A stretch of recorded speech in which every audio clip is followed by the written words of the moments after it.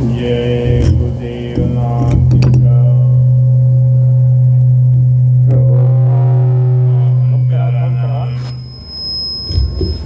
प्रभु का पावन प्यारा नाम कल्याण करेंगे, दुख दर्द हरेंगे, सुख शांति देंगे। यह नाम नहीं इंसान का, यह नाम नहीं इंसान का, यह काम नहीं इंसान का, यह काम नहीं इंसान का, यह काम है प्रभु का। बाबा जी का कहना है शाकाहारी रहना है, बाबा जी का कहना है शाकाहारी रहना है।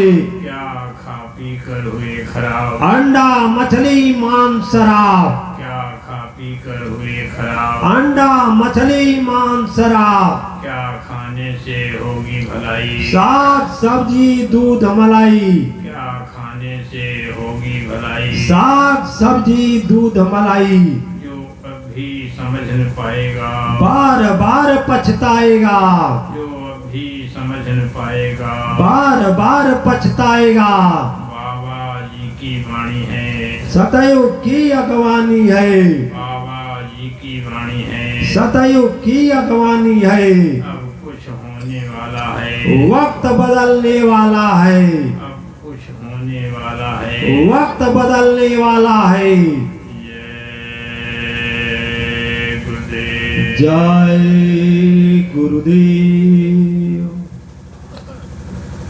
परम पूज्य पूरन धनी अनामी महाप्रभु बाबा देवदेव जी महाराज को कोट कोट प्रणाम करते हुए आज भारत के कोने कोने से आए हुए हमारे सभी धर्म प्रेमी बंधु, इस गाजीपुर जिले के आए हुए सभी धर्म प्रेमी बंधु तथा इस गांव के सभी धर्म प्रेमी बंधु, नन्हे मुन्ने बच्चों, माताओं, बहनों, सबको हमारा हाथ जोड़ करके सादर जय गुरुदेव।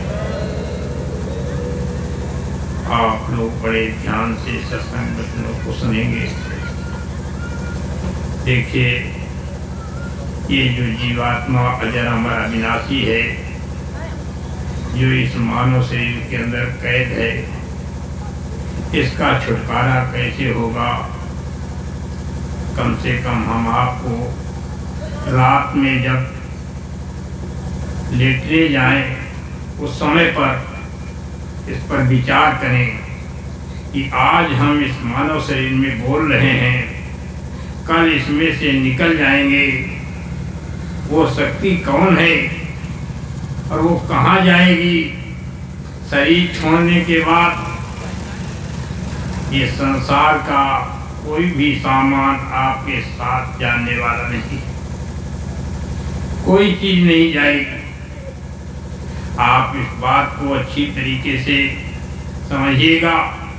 जो कुछ भी हम आप यहाँ संसार में कर रहे हैं, हाथ पैर हिला रहे हैं, ये सब जो कुछ भी किया इस शरीर के लिए किया।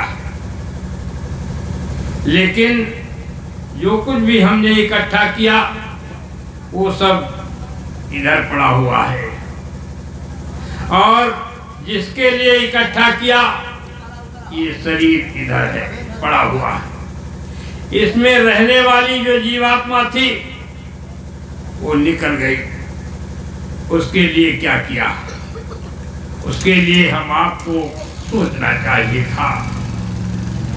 विनाशी शरीर में रहने वाली अविनाशी आत्माओं, आज तक जो कुछ तुमने सुना है उसी को माना है और उसी के अनुसार तुम कर्म कर रहे हो।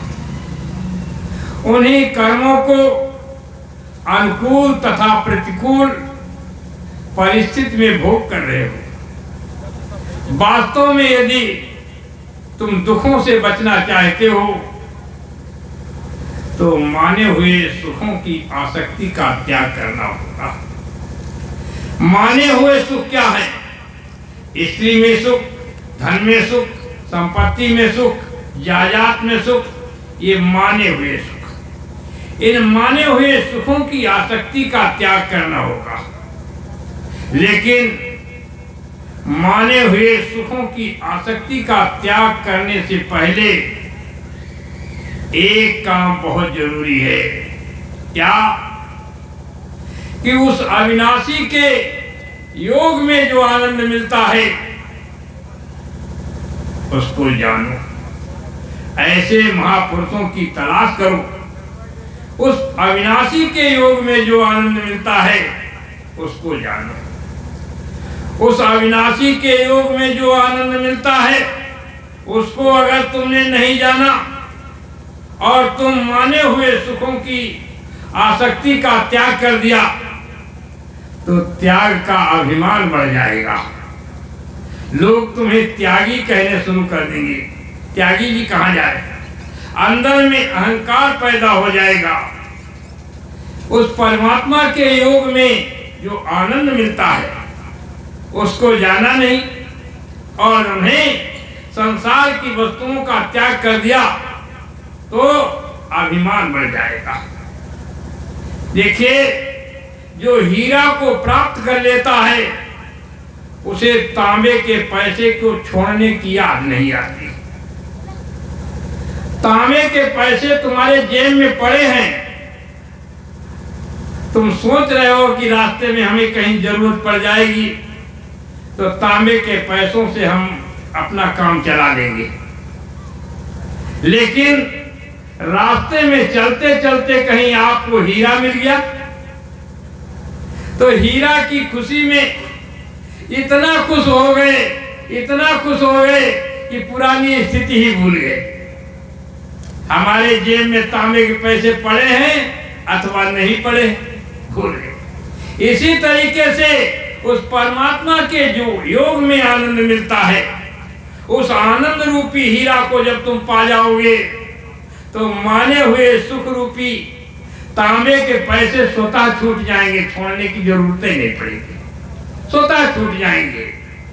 इसलिए हम आपको ये बात समझनी है क्या कि हम संसार में किस तरह से भटक रहे हैं, कहाँ हम जा रहे हैं।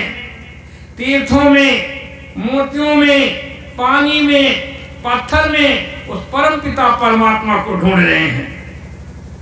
लेकिन वो परम पिता परमात्मा तुम्हारे इसी मानव शरीर में है, विद्यमान है। ढूंढ रहे हम बाहर, लेकिन कैसे मिलेगा? बगैर गुरु के नहीं मिल सकता। गुरु के बगैर कोई चीज नहीं मिलेगी आपको। गुरु आपके लिए सब कुछ देने के लिए तैयार है। अगर बगैर गुरु के तुम जो कुछ भी करना चाहते हो करो, लेकिन मिलना कुछ नहीं। चाहे वेद पढ़ो, चाहे पुराण पढ़ो, चाहे गीता पढ़ो, चाहे भागवत पढ़ो, चाहे तीर्थ करो, चाहे व्रत करो, कुछ भी करो, लेकिन कुछ नहीं मिलना। आप समझ लीजिए कि परमात्मा मिलेगा गुरु के द्वारा। रामायण क्या कहती है कि बिन गुरु भव निधि तरैन कोई, जो बिरंज शंकर समूह। चाहे ब्रह्मा के समान ज्ञानी क्यों न हो, शंकर के समान योगी क्यों न हो, लेकिन बगैर गुरु के तुम भवसागर से पार नहीं हो सकते। हम अपनी मर्जी से वेद पढ़ रहे, पुराण पढ़ रहे, गीता पढ़ रहे, भागवत पढ़ रहे, तीर्थ कर रहे, व्रत कर रहे, लेकिन जीवन गंवा दिया, सारा समय हमारा चला गया, कुछ नहीं मिला। जैसे ये सड़क जा रही है, इस सड़क पर अपनी मर्जी से मिट्टी डालो, आपको कोई मजदूरी नहीं देगा। सुबह से शाम तक मिट्टी डालो, लेकिन कोई मजदूरी नहीं देगा। अगर गलत मिट्टी डाल दी तो तो सजा मिल जाएगी। पुलिस के लोग आएंगे, यहाँ के लोग थाने में तुम्हारे खिलाफ रिपोर्ट दर्ज करा देंगे। पुलिस के लोग आएंगे, पकड़ ले जाएंगे, सजा मिल जाएगी, मजदूरी नहीं मिलेगी। क्यों? क्योंकि तुमने अपनी मर्जी से मिट्टी डाली। और किसी ठेकेदार से मिल जाओ तो ठेकेदार कहेगा हम जैसे बताएं वैसे मिट्टी डालो, शाम को हम मजदूरी देंगे। ठेकेदार के अनुसार तुम मिट्टी सुबह से शाम तक डाली, शाम को मजदूरी देगा। अगर गलत मिट्टी डाल दी तो ठेकेदार आएगा, सजा नहीं होने देगा और कहेगा इसको बराबर करो, मजदूरी हम दे देंगे, गलत तुमने मिट्टी डाल दी, सजा नहीं होने देगा। इसी तरीके से इन जीवात्माओं के ठेकेदार संत और महात्मा हैं। ये जीवात्माओं के ठेकेदार हैं। इनके बताए अनुसार ध्यान भजन सुमिरन करोगे तो आपको मजदूरी मिलेगी और गलती होने पर सजा भी नहीं होने दी जाएगी। ये आप समझ लीजिए। हम अपनी मनमर्जी से जो कुछ भी कर रहे हैं उसको हम आप समझते हैं कि शायद तो परमात्मा हमारी यानी पूजा स्वीकार कर रहा है, यानी उसमें कुछ आप हम आपको मिलना नहीं है। देखिए ये जीवात्मा इसके अंदर कैद है। जीवात्मा उस परम पिता परमात्मा की अंश है। ये जीवात्मा उस सत्यलोक की राजकुमारी है। सत्यलोक की राजकुमारी और एक काल और माया के देश में बांदी बनकर के जीवन यापन कर रही है। कहाँ? सत्यलोक की राजकुमारी और काल और माया के देश में बांदी बनकर के जीवन यापन कर रही है। विचार करें, जीवात्मा रूपी दुल्हन और परमात्मा रूपी प्रियतम एक ही सेज पर हैं। ये 3.5 हाथ की सेज है। इस 3.5 हाथ की सेज के ऊपर जीवात्मा रूपी दुल्हन और परमात्मा रूपी प्रियतम दोनों मौजूद है। लेकिन अफसोस इस बात का हो रहा है कि मिलन नहीं हो पा रहा है। एक ही सेज पर, लेकिन मिलन नहीं हो पा रहा। क्यों नहीं मिलन हो पा रहा? कि जीवात्मा रूपी जो दुल्हन है वो मोह की गंभीर निद्रा में सो रही है। मोह निशा सब सोवनिहारा। देखिए स्वप्न अनेक प्रकार, मोह की गंभीर निद्रा में सो रही है। मिलन कैसे हो? प्रियतम तो जाग रहा है, प्रियतम इंतजार कर रहा है, लेकिन जीवात्मा रूपी दुल्हन वो मोह की गंभीर निद्रा में सो रही है। इस यानी जीवात्मा रूपी दुल्हन को कोई जगाने वाला मिल जाए, कोई सदगुरु मिल जाए और जगा दे। ऐ सूरत, ऐ जीवात्मा तो उठ, तेरा प्रियतम तेरा इंतजार कर रहा है, तू मोह की गंभीर निद्रा में सो रही। जगाने वाला सदगुरु अगर इस जीवात्मा रूपी दुल्हन को जगा दे तो परमात्मा रूपी प्रियतम से मिलन हो जाए। है एक ही सीट पर। आप लोग बड़े ध्यान से सुनिएगा। देखिए इसमें 6 चक्र हैं। गुदा चक्र, इंद्रिय चक्र, नाभि चक्र, हृदय चक्र, कंठ चक्र और आज्ञा चक्र। ये 6 चक्र हैं। लेकिन पहले के योगी लोगों को आगे का भेद नहीं मालूम था, इसलिए वहां तक नहीं पहुंच सके। वो 6 चक्रों को तोड़ने में ही लगे रहे।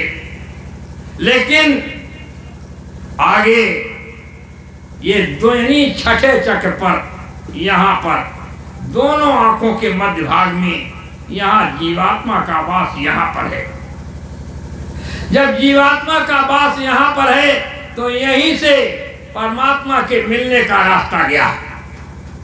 नीचे से, नीचे रास्ता नहीं है, लेकिन ऊपर के मंडलों की छाया आ रही है। ऊपर के जो हैं, जो मंडल हैं, उनकी छाया छाया की छाया पड़ती हुई चली आई और उन्हें इन चक्रों पर छाया आ रही है, लेकिन उन्हें जीवात्मा दोनों आंखों के मध्य भाग में यहाँ पर बैठी है। तो इसमें 9 दरवाजे दिखाई दे रहे हैं। इसी शरीर में हम आपको 9 दरवाजे दिखाई दे रहे हैं। 2 आंख के सुराख, 2 कान के सुराख, 2 नाक के सुराख, 6 हो गए, 1 मुंह 7 और 1 टट्टी द्वार, 1 पेशाब द्वार। 9 द्वार से बहता नरक जिसमें जीव गाफिल हुआ, जिसमें जीव गाफिल है, 9 दरवाजों से नरक बह रहा। 10वीं खिड़की उस परमात्मा के पाने की इसी में लगी हुई है। कहाँ पर? दोनों आंखों के मध्य भाग। जहाँ पर देवियां बिंदी लगाती हैं, बहुत से लोग चंदन लगाते हैं और हम आप भी किसी के पैर छू करके हाथ यहीं पर लगाते हैं। यहाँ पर दोनों आंखों के मध्य भाग में यहाँ पर जीवात्मा बैठे, चाहे हिंदू हो, चाहे मुसलमान हो, चाहे सिख हो, चाहे ईसाई हो, लेकिन जीवात्मा का वास यहाँ पर है। इस जीवात्मा के अंदर 1 आंख, 1 कान, 1 नाक है। अच्छी तरीके से इस चीज को समझो।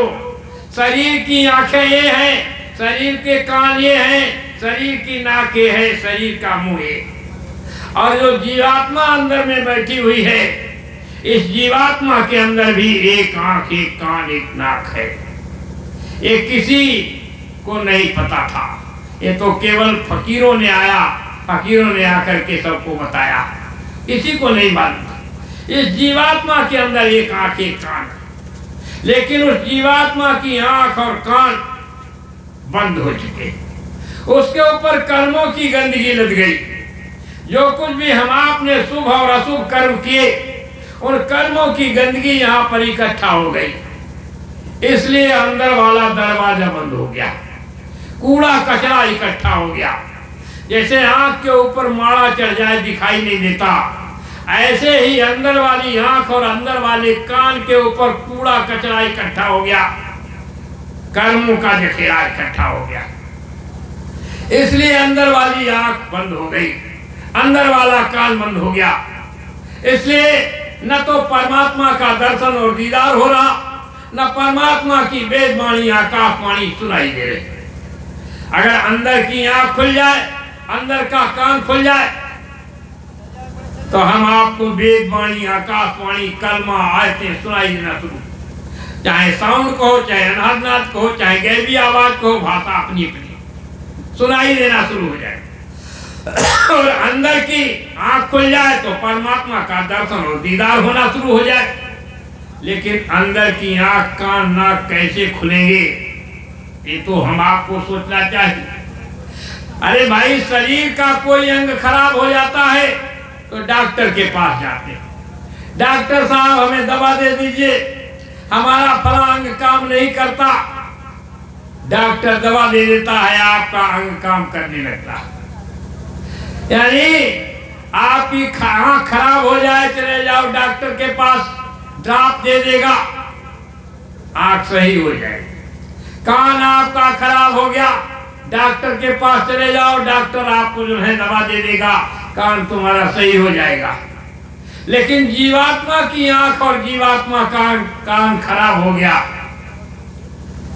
उसके लिए आपने कोई डॉक्टर तलाश किया? उसके लिए डॉक्टर तलाश करना चाहिए था। जीवात्मा की भी आंख खराब हो गई, कान खराब हो गया, न दिखाई दे रहा न सुनाई दे रहा। उसका डॉक्टर आपको यहाँ गाजीपुर में या बनारस में, चंदौली में नहीं मिलेगा। अंदर की आंख के साफ होने का डॉक्टर, साफ करने का डॉक्टर कोई फकीर मिलेगा, संत मिलेगा। उसके पास जब जाओगे तो तुम्हारी अंदर की आंख खोल देगा, अंदर का कान खोल देगा, परमात्मा का दर्शन और दीदार होने लगेगा, परमात्मा की वेद वाणी आकाशवाणी सुनाई देने लगेगी। धोखा किस बात का? महात्माओं ने कभी किसी को धोखा नहीं दिया, लेकिन हम आप ऐसे महापुरुषों के पास जाना नहीं चाहिए।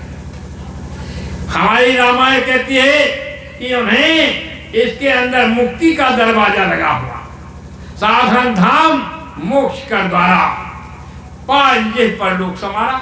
साधन धाम मिला, मुक्ति का दरवाजा इसमें मिला, लेकिन फिर भी हम अपने घर की तलाश नहीं की। इस संसार को हम आपने अपना मान लिया, यही संसार हमारा है, ये न किसी का हुआ न किसी का होगा। जो कुछ भी तुमने इकट्ठा किया सब का सब यही रह जाएगा। जीवात्मा अपने कर्मों की सजा बराबर पा रही है। जब से जीवात्मा अपने घर से आई तब से बराबर यहाँ फंसी हुई और जो है रो रही है, चिल्ला रही है, रास्ता नहीं मिल रहा है इस जीवात्मा को। अब हम आपको फकीरों के पास जाना ही पड़ेगा। अब आप सोचिए कि जीवात्मा के अंदर आंख या जीवात्मा के अंदर कान हमने सुना नहीं था, लेकिन आप अनुभव तो कर सकते हैं। अरे भाई अनुभव कीजिएगा। जैसे मान लिया आप देख रहे हैं, सोच रहे हैं कि इन आंखों से हमें दिखाई दे रहा, ये सोच रहे हैं इन आंखों से दिखाई दे रहा, इन कानों से दिखाई दे रहा, लेकिन आप समझिए ये आंखें नहीं देखती हैं, इन आंखों को कुछ नहीं दिखाई देता, इन कानों को कुछ नहीं सुनाई देता। सुनने वाला कोई और है, देखने वाला कोई और है। जैसे बस जा रही है, आपने देखा रोड पर बस जा रही है, बस में दो आंखें लगी हुई हैं, जलती हैं, लेकिन उन आंखों को कुछ नहीं दिखाई देता। बस में दो आंखें हैं, मेरे को दिखाई दे रहा उस बस को, बस की आंखों को कुछ नहीं दिखाई दे रहा। देखने वाला अंदर बैठा हुआ बस के अंदर, वही चला रहा है, वही देख रहा है।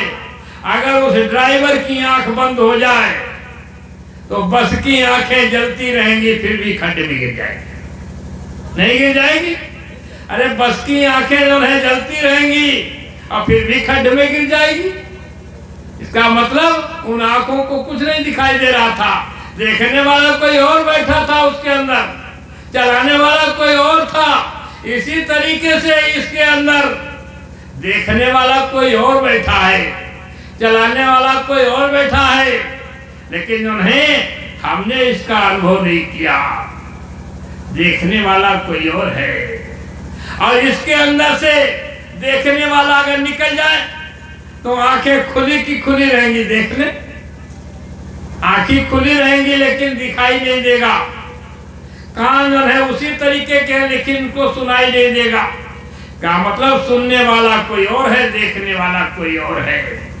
बड़े ध्यान से आप लोग सुनिएगा महापुरुषों के वचनों को। महापुरुषों ने हम आपको यानी इशारे में सारी चीज समझाई, और हम आप इस चीज को समझे कि वास्तव में संसार हमारा नहीं है, ये मानव शरीर तुमको मिला है, इसमें मुक्ति का दरवाजा लगा है, इसलिए कीमती है। अगर समझना चाहते हो तो इसी मानव शरीर में आप समझ सकते हो, और 84 लाख योनियों में आपको कुछ नहीं मिलने वाला।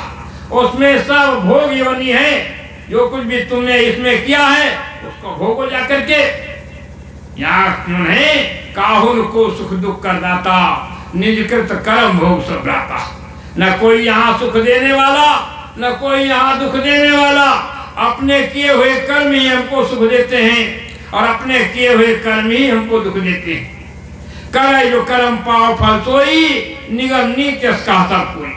आगम निगम सब यही बात कहते हैं, जो भी तुम कर्म करोगे उसका परिणाम तुम्हें भोगना पड़ेगा। बोया पेड़ बबूल का आम कहाँ से खाए? पेड़ अगर बबूल के बोए बैठे हो, आम नहीं लगेंगे। यानी जौ बोया है तो जौ ही काटने पड़ेंगे। अगर तुमने चना बोया है और तुम सोचो कि इसमें हम गन्ना काट लें, तो गन्ना नहीं काट सकते, चना ही काटना पड़ेगा जो बोया है। तो हम यहाँ कर्म क्षेत्र में उतरे हैं। अब हम आपको सोचना चाहिए काल के देश में हम यहाँ फंसे हैं।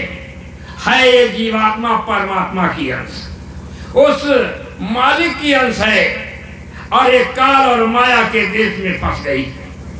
तो आपको ये बात किसी से पूछनी चाहिए थी। गलती तो हम आपने यहाँ की है, वहां तो कोई गलती नहीं की थी, लेकिन आखिर काल के देश में हम यहाँ कैसे भेजे गए, ये बात तो हमको किसी फकीर से पूछनी चाहिए। वेद पुराण शास्त्र ये नहीं बताएंगे, और वेदों पुराणों शास्त्रों को कुछ मालूम भी नहीं है। उन्होंने साफ कहा कि हम नहीं जानते, हम परमात्मा के बारे में नहीं जानते। उसी वेदों को पढ़ करके ब्राह्मण कहते हैं हम सब कुछ जानते, वेद कहते हैं हम नहीं जानते, लेकिन उन्हें ब्राह्मण कहते हैं हम वेद को पढ़ करके कहते हैं हम जानते, सब कुछ जानते। जो नहीं जानता उसको तुमने पढ़ा, तुम जान कैसे? पढ़ पढ़ पंडित पच हारी, और वेद भेद संत गति न्यारी। वेदों ने भी भेद नहीं पाया, संतों की गति अपार है। तो संतों की महिमा को तो हमने गाया नहीं, संतों के पास गए नहीं, फकीरों के पास गए नहीं, जिसकी महिमा वेद भी गा रहे, वेद भी गा रहे हैं संतों की महिमा को। राम ने भी गाया संतों की महिमा को, राम ने भी गाया। यानी साधुओं का चरित्र वाणी से कहा नहीं जा सकता।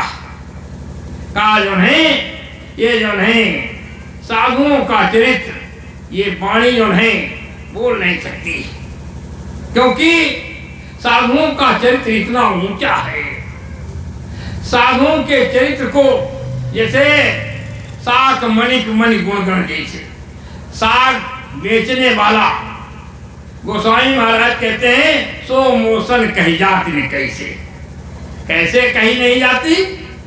साग मणि मणि गुणगण जैसे, यानी साग बथुआ बेचने वाला जो, यानी जिसको हमारे यहाँ काछी कहते हैं, कुर्मी कहते हैं उसको जो है, यानी आपके यहाँ कुछ भी कहा जाता हो, लेकिन साग बथुआ बेचने वाला मणि के गुण को क्या जाने। इसलिए गोस्वामी महाराज कहते हैं साधुओं के चरित्र को हमारी वाणी नहीं कह सकती।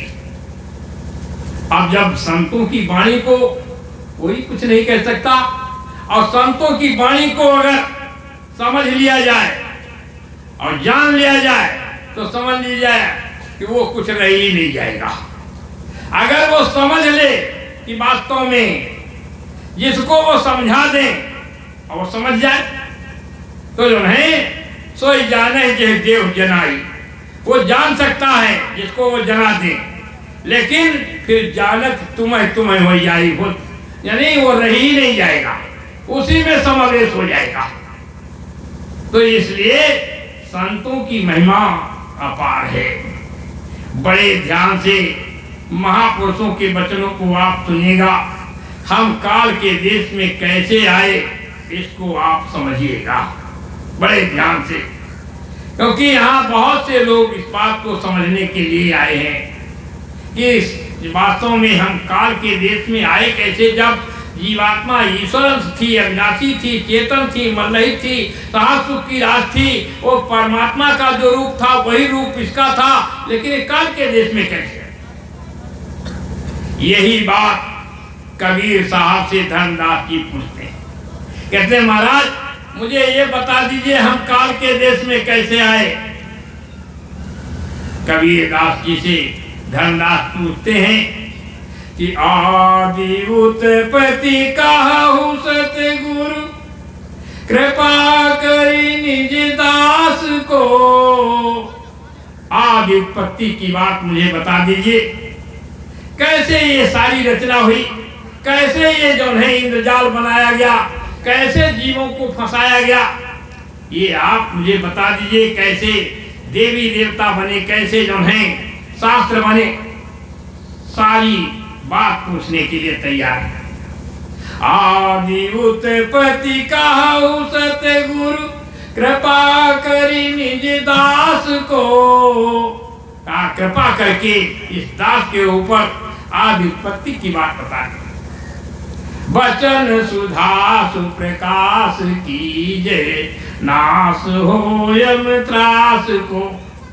कहते हैं अपने अमृतमयी वचनों से हमको प्रकाशित कर दीजिए ताकि काल के जाल से हमारा छुटकारा हो जाए।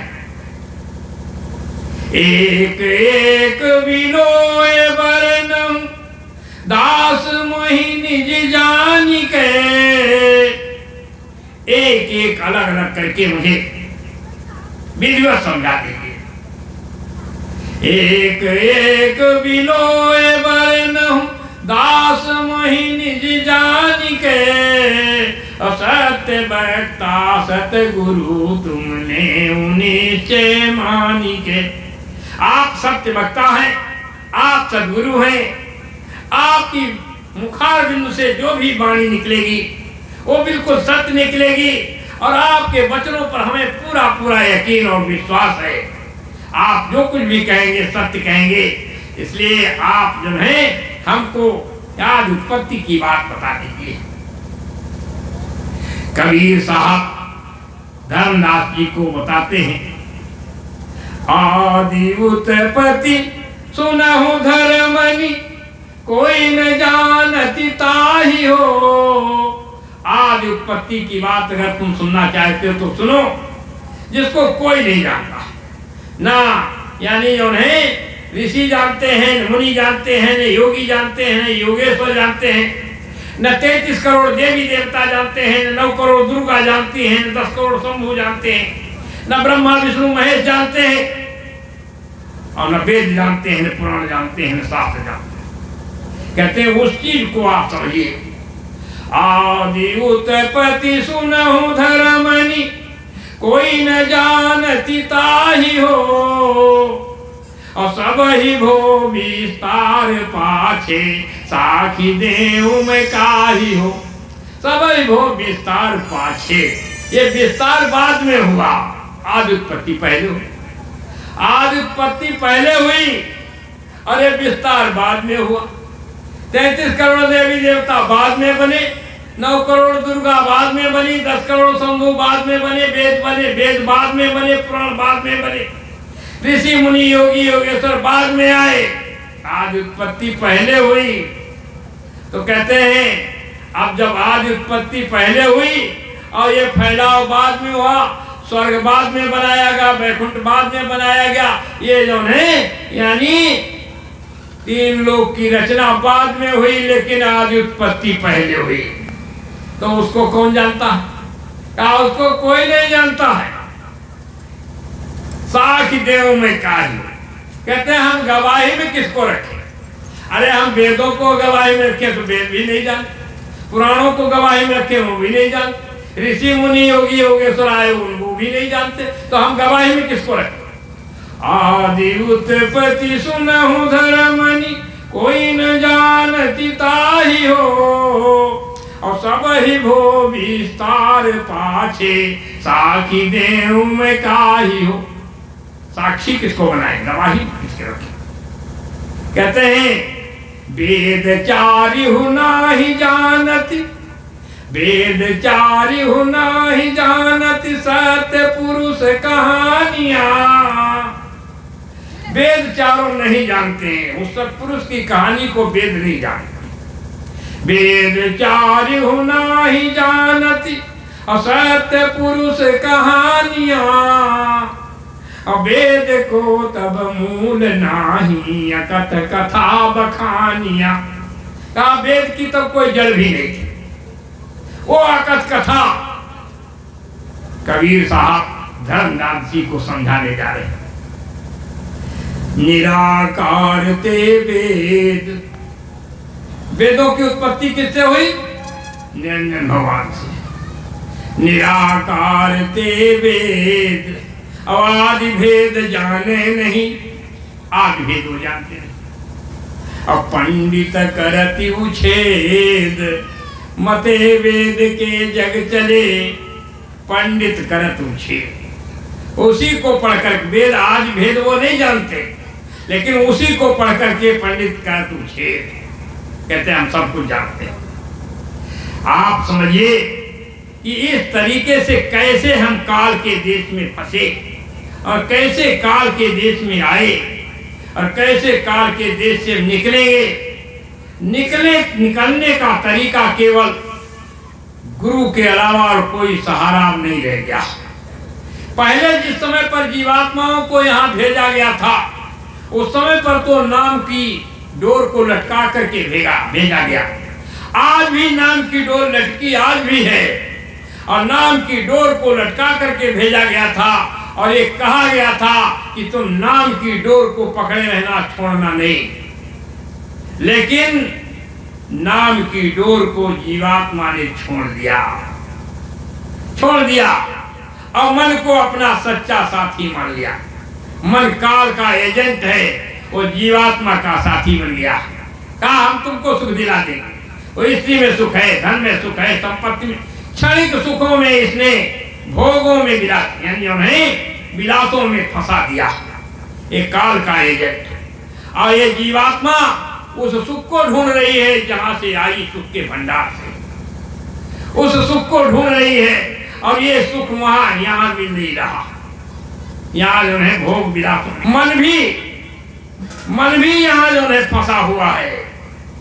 ये मन ब्रह्म का अंश है, दूसरे नाम का निवासी है, लेकिन ये भी उसी सुख को ढूंढ रहा है। किसको? जहां से आया है, दूसरे नाम से आया है, और दूसरे नाम में जो आनंद है उस आनंद को ढूंढ रहा है। लेकिन ये भी भटका हुआ, ये भी नहीं पा रहा हुआ आनंद, तो अपने आप भोगों में फंस गया और जीवात्मा को भी फंसा दिया।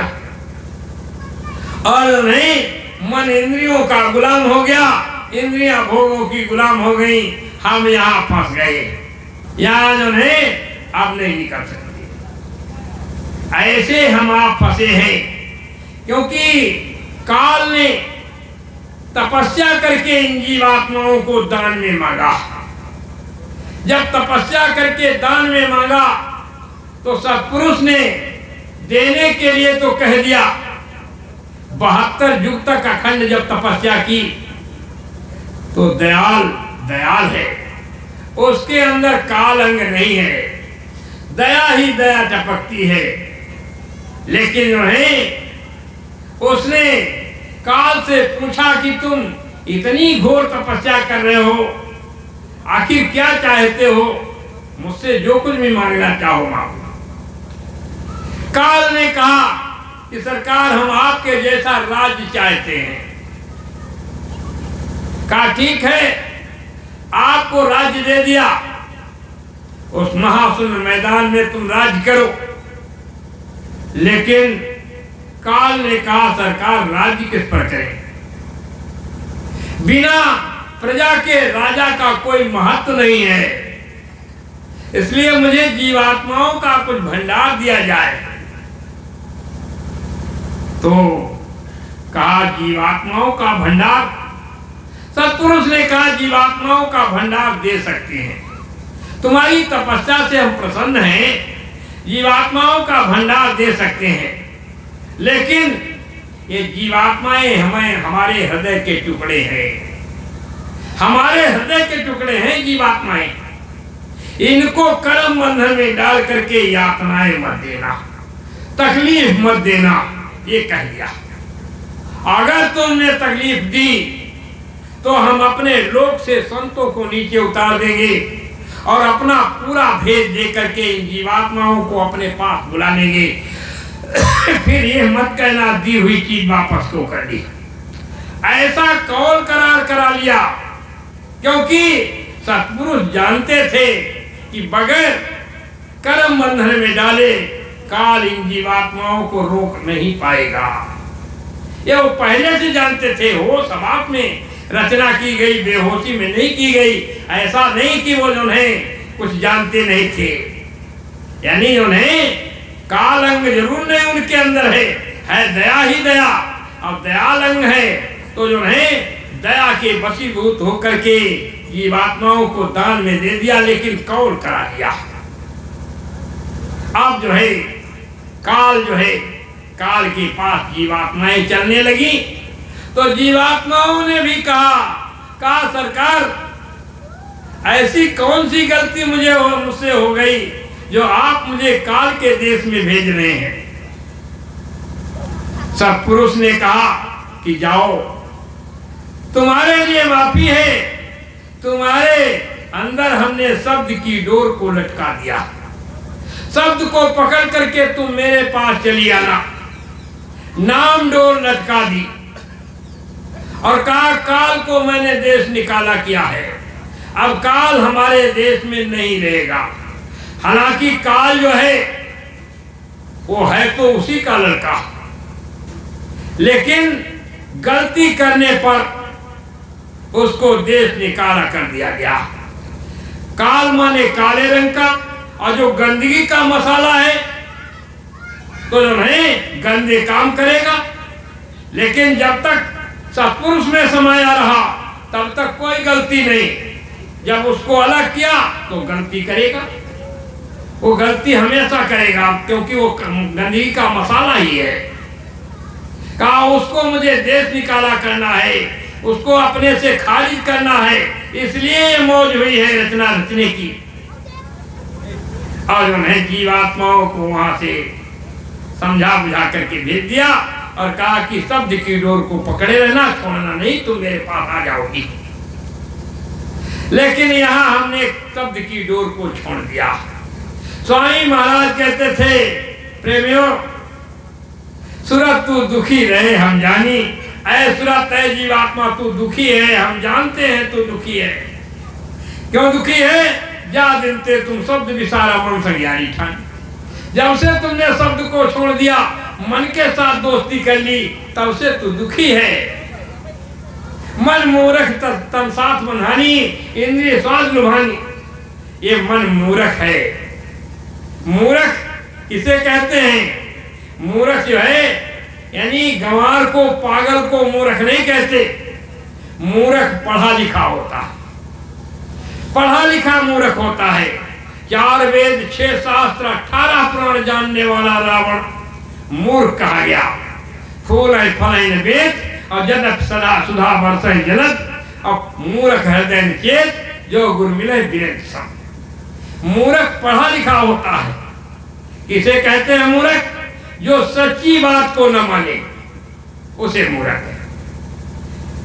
अब उन्हें मन भी मूर्ख है। ये मन भी मूर्ख है, सब कुछ जानते हुए भी ये काम वही करता। जिस काम को करके एक बार मन पश्चाताप करता है, जीवात्मा से कहता है ये काम करो, तुमको हम आनंद दिला देंगे, और उन्हें आनंद मिला नहीं। जब आनंद नहीं मिला तो पछता रहे, बेकार में मन के कहने पर चले गए, ये काम हमने कर दिया, अब हम कान पकड़ते हैं, ये काम कभी नहीं करेंगे। जिस काम को करके हमने एक बार पश्चाताप किया, 4, 6, 10 दिन के बाद मन फिर वही प्रेरणा देता है, अरे वही काम करो, पहले नहीं तुमको आनंद मिला, लेकिन अब की बार हम जरूर आनंद मिला। जिस काम को करके हमने एक बार पश्चाताप किया और उसी काम को जो है फिर प्रेरणा दे रहा है करने के लिए, तो मूर्ख नहीं? अरे भाई सच्ची बात को एक बार जो है पश्चाताप करने के बाद सच्ची बात को मान लेना चाहिए, लेकिन नहीं, उसी काम को फिर कराता। मन मूर्ख तन साथ मनहानी, और पृथ्वी जल अग्नि वायु आकाश 5 तत्व के मसाले में तू कैद हो गई।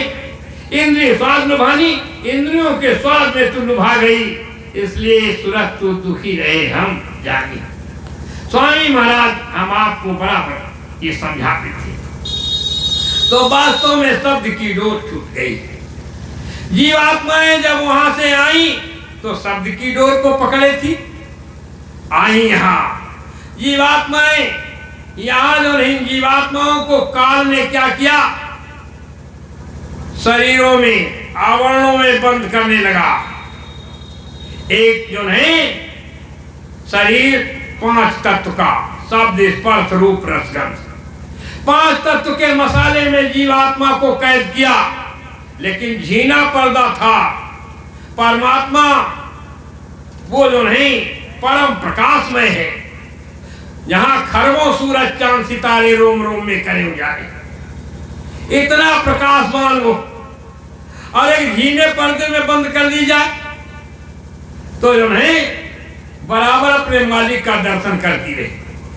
जैसे चिराग ही जल रहा है, अगर महीन कपड़ा आंख पर डाल लो तो आपको छन करके रोशनी जाएगी, तुम्हें पता चलेगा कि आगे रोशनी जल रही, और वो तो परम प्रकाश है। एक महीन कपड़ा डाल दिया गया, जैसे मुसलमानी औरतें नकाब डालती हैं, आगे जाली लगी रहती, उससे दिखाई देता। इसी तरीके से एक महीन कपड़ा डाल दिया गया, शब्द स्पर्श रूप रसगंध, इसको कारण शरीर कहते हैं। लेकिन जीवात्मा मालिक का दर्शन करती रही और समय पूरा हुआ तो चली गई। काल को चिंता पैदा हुई, कैसे रोका जाए इन जीवात्माओं को। फिर उसने जो है दूसरा पर्दा डाला, नौ तत्व का, शब्द स्पर्श रूप रसगंध और मन बुद्धि चित्त अहंकार, चार यानी ये नौ तत्व का शरीर, जिसको सूक्ष्म शरीर कहते हैं। लेकिन जीवात्मा उसमें भी नहीं रुकी, काल ने रोक नहीं पाया। समय पूरा हुआ, मालिक का दर्शन करती रही और चली गई।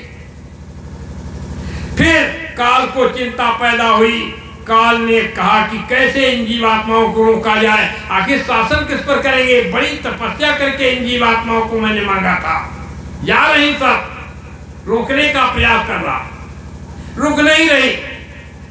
और जो है तीसरा पर्दा डाल दिया, लिंग शरीर, ये 17 तत्व का है, यानी 5 ज्ञानेंद्रियां और 5 कर्मेंद्रियां, 10 तो इंद्रियां हो गई, मन बुद्धि चित्त अहंकार 4, ये 14 हो गए, और रजोगुण तमोगुण सतोगुण 3 गुण, 17 तत्व के मसाले में इस जीवात्मा को कैद कर दिया।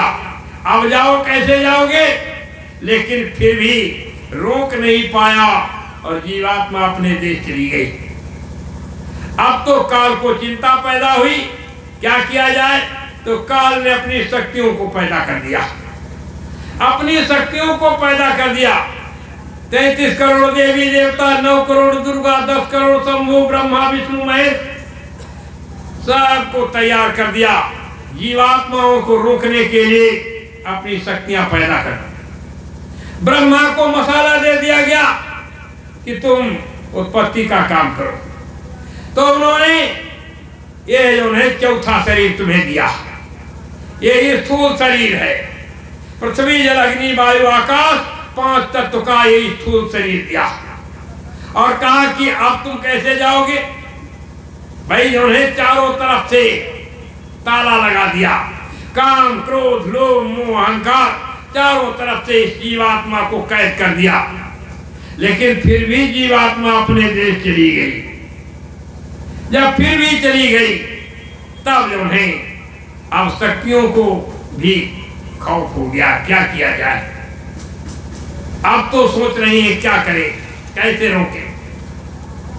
अब ब्रह्मा ने समाधि लगा दी कि हमें कोई उपाय बताओ, जीवात्माएं कैसे रुकेंगी।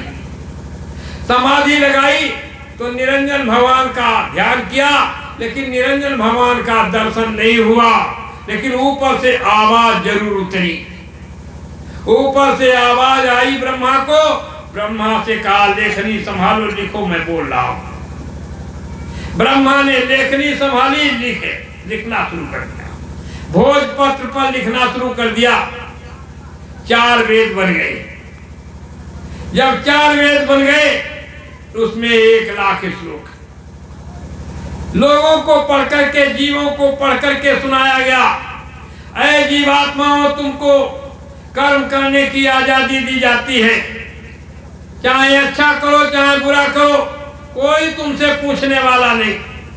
लेकिन फल भोगने में तुम परतंत्र हो, फल तुम्हारे हाथ में नहीं है, कर्म करने की आजादी।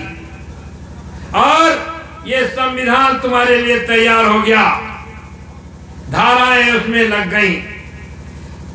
1 लाख श्लोक, 3 कांड उसमें, उपासना कांड, ज्ञान कांड और कर्म कांड। 4 वेदों में 3 कांड, धाराएं लगा दी गई। ये काम करोगे तो तुमको ये सजा मिलेगी, ये काम करोगे तुमको ये सजा मिलेगी, ये काम करोगे तुमको स्वर्ग मिल जाएगा, ये काम करो तुमको वैकुंठ मिल जाएगा, ये काम करोगे तुमको नरक मिलेगा, ये काम करोगे तुमको 84 में जाना पड़ेगा। ये धाराएं लगा दी, जैसे संविधान में धाराएं होती, धाराएं लगा दी गई और कर्म करने की आजादी दे दी। जीवात्माओं को जब कर्म करने की आजादी दी गई और देवताओं को इंद्रियों के दरवाजे पर बैठा दिया, इंद्रिय द्वार झरोखा नाना और तहाँ तहाँ सुर बैठे कर थाना, आवत देखे विषय बयारी और ते हट दे कपाट भर, विषयली हवा की दिखाई दी के बाहर खोल दिया। ये काम किसका है? देवताओं का। ये जो है इंद्रियों के दरवाजे पर देवताओं को बैठा दिया, यानी देवताओं का ये काम है कि ये जीवात्मा अपने देश में जा सके। दरवाजे पर बैठे हैं, खराब हवा के लिए दरवाजा खोलते हैं, अच्छी हवा के लिए दरवाजा बंद करते हैं। कहीं सत्संग हो रहा है तो जो है दरवाजा बंद कर, कहीं जो है यानी ये जीवात्मा जाग जाएगी, अपने देश चली जाएगी। और जहां पर कहीं खराब हवा आ रही है वहां दरवाजा खोल दिया जबरदस्ती। ये काम देवताओं का, यानी भोग और विलासों में फंसा दिया। और वेदों ने भी उलझा दिया। अब कभी अच्छा किया कभी बुरा किया, अब तो कर्म बंधन लगने लगे। ये कर्म बंधन लगने लगे, वेद बना तब से कर्म बंधन। कभी अच्छा किया बुरा किया, अच्छा किया बुरा किया, उसी का परिणाम हम आपको मिलना शुरू हो गया। बस यानी काल भगवान ने भी अपने हाथ में कुछ नहीं रखा, अपने हाथ में कुछ नहीं उसने रखा, तुम्हारे हाथ में दे दिया। जो काम तुम करोगे उसका फल तुम भोगो। और राम जो 3 लोक के मालिक आए उन्होंने भी यही बात कही, कहा देखो मैं तुमको पार नहीं कर सकता, मेरे अंदर ये क्षमता नहीं है। काल रूप तिनकर में भ्राता, शुभ और अशुभ कर्म फलदाता। मैं शुभ और अशुभ कर्मों का फल देने वाला हूँ। पाप अगर किया है तो मैं पाप का फल दे दूंगा, पुण्य किया है तो पुण्य का फल दे दूंगा। लेकिन उन्हें पाप और पुण्य को हम खत्म नहीं कर सकते, हम तुमको धाम नहीं पहुंचा सकते। ये काम किसका है? संतों का। जो है संतों के पास जाओगे तो तुम्हारे ऊपर के सारे कर्मों को पहले जला देंगे, वो सारे कर्मों को जलाएंगे। और जब तक तुम्हारे कर्म नहीं खत्म होंगे तब तक तुम अपने देश नहीं जा सकते। इसलिए संतों के पास हम आपको जाना ही पड़ेगा। अब बगैर संतों के छुटकारा कलयुग में नहीं है। बड़े ध्यान से महापुरुषों के वचनों को आप सुनिए, क्योंकि काल के देश में हम फंस गए। कभी अच्छा किया बुरा किया, अच्छा किया बुरा किया। अब जो नहीं यानी उसी तरीके से पुलिस बनाई गई, 2 तरीके की पुलिस बना दी उसने। कौन? अगर जो नहीं पाप किया है तो तुमको यमराज के दूत पकड़ने आएंगे, अगर तुमने पुण्य किया है तो तुमको धर्मराज के दूत पकड़ने आएंगे। 2 तरीके की पुलिस। और जो भी तुमने किया है उसको न्यायालय में खड़ा किया जाएगा तुम्हें, तो उसकी सजा सुनाई जाएगी। इसने पुण्य किया है तो सीधे चला पहुंचा दो स्वर्ग और वैकुंठ में, अगर पाप किया है तो सीधे पहुंचा दो इसको नरकों में। ये जो है सजा सुना दी गई। और अगर आपके पास पाप कम है और पुण्य ज्यादा है, अगर पाप कम है और पुण्य ज्यादा है दोनों, लेकिन एक कम एक ज्यादा। अगर पुण्य ज्यादा है पाप कम है तो तुमको जो है अच्छे ऐसे परिवार में जन्म दे दिया जहां पर उन्हें करोड़पति आदमी, उसमें जन्म दे दिया और तुम जो है वहां भी जो है यानी स्वर्ग जैसा सुख महसूस कर रहे हो। अगर तुम्हारे पास पाप ज्यादा है, यानी पाप कम है और पुण्य ज्यादा है, तो तुमको ऐसे परिवार में जन्म दे दिया जहां तुम्हारे लिए नरकी है। मानव शरीर जरूर मिला लेकिन नरक। लेकिन अगर पाप और पुण्य दोनों खत्म हो जाए तब फिर उन्हें अपने निज घर पहुंच जाओ। इस शरीर के ऊपर 3 प्रकार के कर्म लदे हुए, क्रियावान कर्म, संचित कर्म, प्रारब्धिक कर्म। तीनों प्रकार के कर्मों को साफ संत करते हैं। हम आपके ही कर्म हैं, हमारे ही किए हुए कर्म हैं, लेकिन उन्हें हमको पता नहीं हमारे ऊपर कितने क्रियावान कर्म है, कितने संचित कर्म है, कितने प्रारब्धिक कर्म, हमको नहीं पता। लेकिन जिन संतों ने तुम्हारे सर के ऊपर हाथ रखा है, जिन्होंने तुम्हारी बाह पकड़ी है, उनको सब पता है कि इस जीव के ऊपर कितने क्रियावान कर्म हैं, कितने संचित कर्म हैं, कितने प्रारब्धिक कर्म हैं। उनको जो है साफ करना है, उन्हें पता है। और उनको तीनों को जब साफ करते हैं तभी जो है तुम अपने निर्धाम जा सकते। हम आप इस भेद को नहीं जानते थे, लेकिन बड़े सौभाग्य है कि मानव शरीर ऐसे समय में मिला और उन्हें हमको महापुरुष भी मिल गया। यही बात जो है राम ने भी समझाई, यही बात सबने समझाई। जो आज समझाई जा रही, यही बात सबने समझाई कि तुमको मानव शरीर मिला है। मानव शरीर में तुम जो कुछ भी करना चाहो कर सकते हो। वैसे कमठ पीठ जामहि मरुबारा, कछुआ की पीठ पर भले ही बाल जम आए, ऐसा हो सकता है। गोस्वामी महाराज ने कहा, क्या कछुआ की पीठ पर बाल जम सकता? नहीं जम सकता। लेकिन गोस्वामी महाराज कहते हैं कि ऐसा भले ही हो जाए, कमठ पीठ बाल जामहि मरुबारा, अब बंझा सुत बर का ही मारा, बांझ का लड़का भले ही किसी को मार दे, ऐसा हो सकता है। क्या बांझ का लड़का किसी को मारेगा? वो बांझ ही नहीं कही जाएगी। जिसका लड़का होगा वो बांझ कही नहीं जाएगी। जिसका लड़का होगा बांझ नहीं कही जा सकती। लेकिन वो कहते हैं बांझ का लड़का भले ही किसी को मार दे, ऐसा हो सकता है। और अंधकार बर्र भी नसाबे, अंधकार भले ही सूर्य को नष्ट कर दे, ऐसा हो सकता है। लेकिन अंधकार कहीं सूर्य को नष्ट कर सकता? लेकिन राम विमुख जीव सुख पावे, परमात्मा की भक्ति के बगैर ये जीव सुख नहीं पा सकता। ये अकाट्य वचन महापुरुषों का है। और हम आप